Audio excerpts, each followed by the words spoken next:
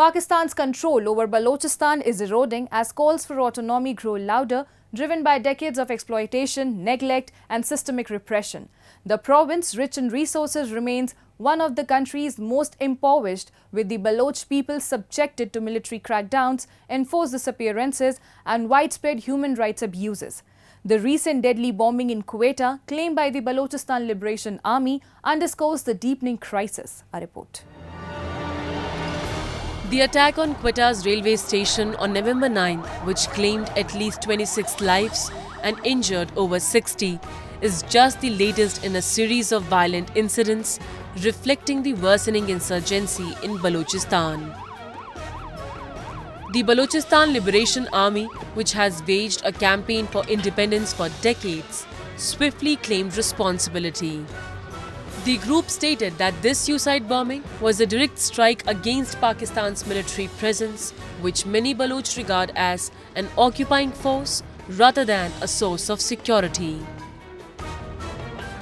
The Pakistani army itself says 14 soldiers were killed and numerous were injured.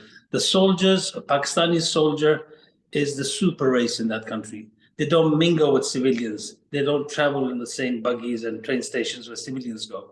So primarily the army was targeted, and they were the main hadaf of the VLA, I believe, and they are the ones who were targeted. So there was no civilians, I believe. It's just make-believe to make propaganda against such organizations that they're terrorists and they kill civilians.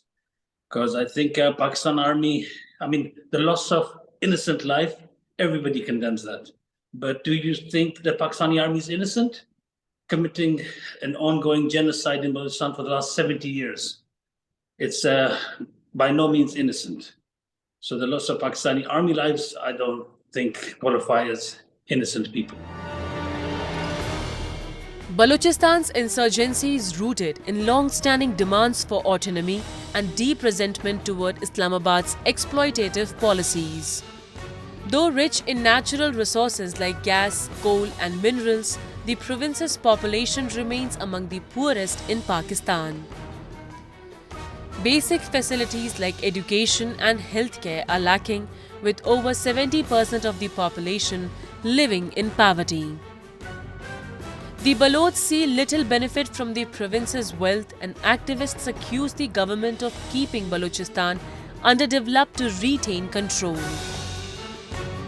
Pakistan occupied Balochistan primarily to loot, plunder, and exploit its resources. It was never interested in the Baloch people or joining of two countries, as they put it. It's just a land to provide resources for the Pakistanis in general, but Pakistani generals in particular. From history till present, Balochistan is a land to loot, plunder, and the fat cats sitting in Pindi, they are reaping the rewards. So the Baloch have stood up all along against this injustice, and we've been appealing to the world to stand with us. But unfortunately, our appeal has always fallen on deaf ears. Now the Baloch have changed their tactic, or maybe the new generation have had enough. So their tactics are a bit more harsher than previously. Decades of unfulfilled promises and suppression have left Baloch groups with little faith in Islamabad's intentions.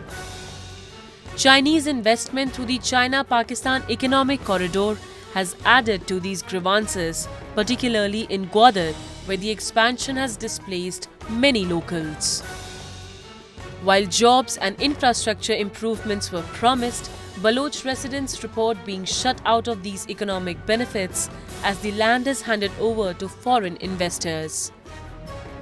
The resulting debt to China has fueled fears of further marginalization for the Baloch people. The insurgency in Balochistan has reached a critical point, driven by Islamabad's refusal to acknowledge Baloch demands for autonomy.